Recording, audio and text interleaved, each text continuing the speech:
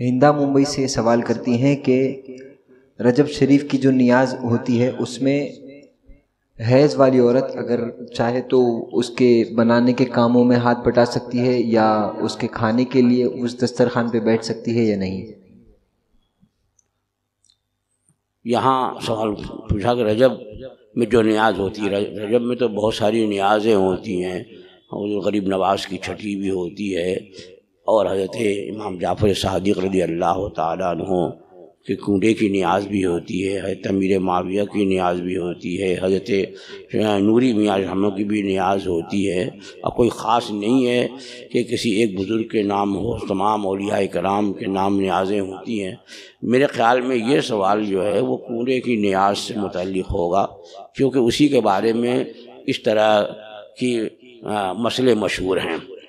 اب لوگوں نے مسئلے جو ہیں وہ بالکل مسالے بنا دیے ہیں، وہ مسئلہ نہیں رہا بلکہ مسالہ ہو گیا۔ اپنی طرف سے جو چاہتے ہیں، جیسے کھانے میں آدمی ٹیسٹ بڑھانے کے لیے جو چاہتا ہے وہ لگا دیتا ہے، پھر اس میں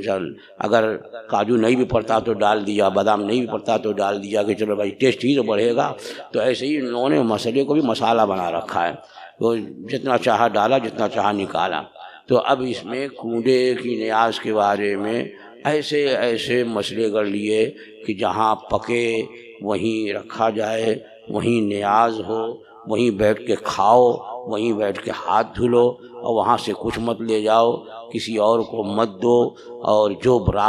شام سے پہلے کھا لیں ٹھیک ہے، نہیں تو سب اٹھا کر کے دریا میں ڈال دو، اور جو مٹی کا برتن ہے اس کو بھی پھینک دو، توڑ دو۔ یہ سب خرافات، اور اس میں بعض باتیں تو ناجائز و حرام ہیں۔ اس لیے ایک تو نیاز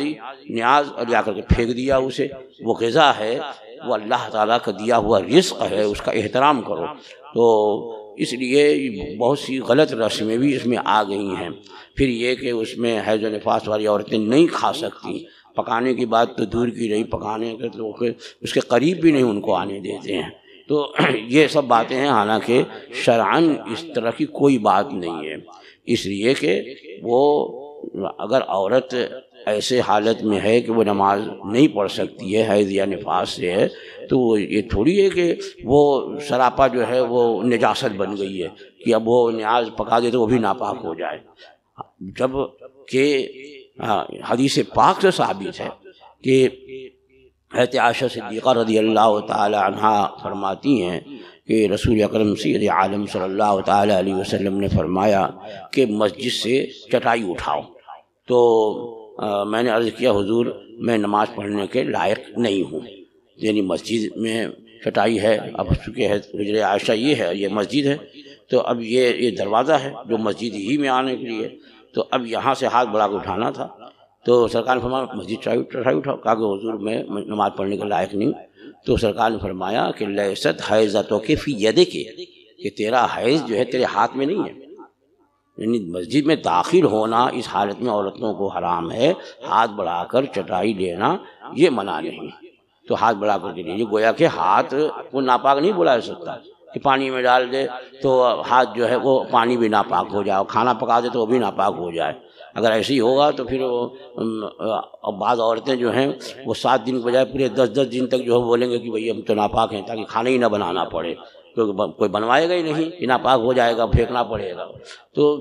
یہ ناپاک تو ہے نہیں، آپ بھی جانتے ہو، پھر نیاز ہی کے لیے کیوں تخصیص؟ رسول اکرم سید عالم صلی اللہ تعالی علیہ وسلم کے جسم اطہر سے بڑھ کر کے زمین و آسمان میں کوئی مقدس چیز نہیں ہے،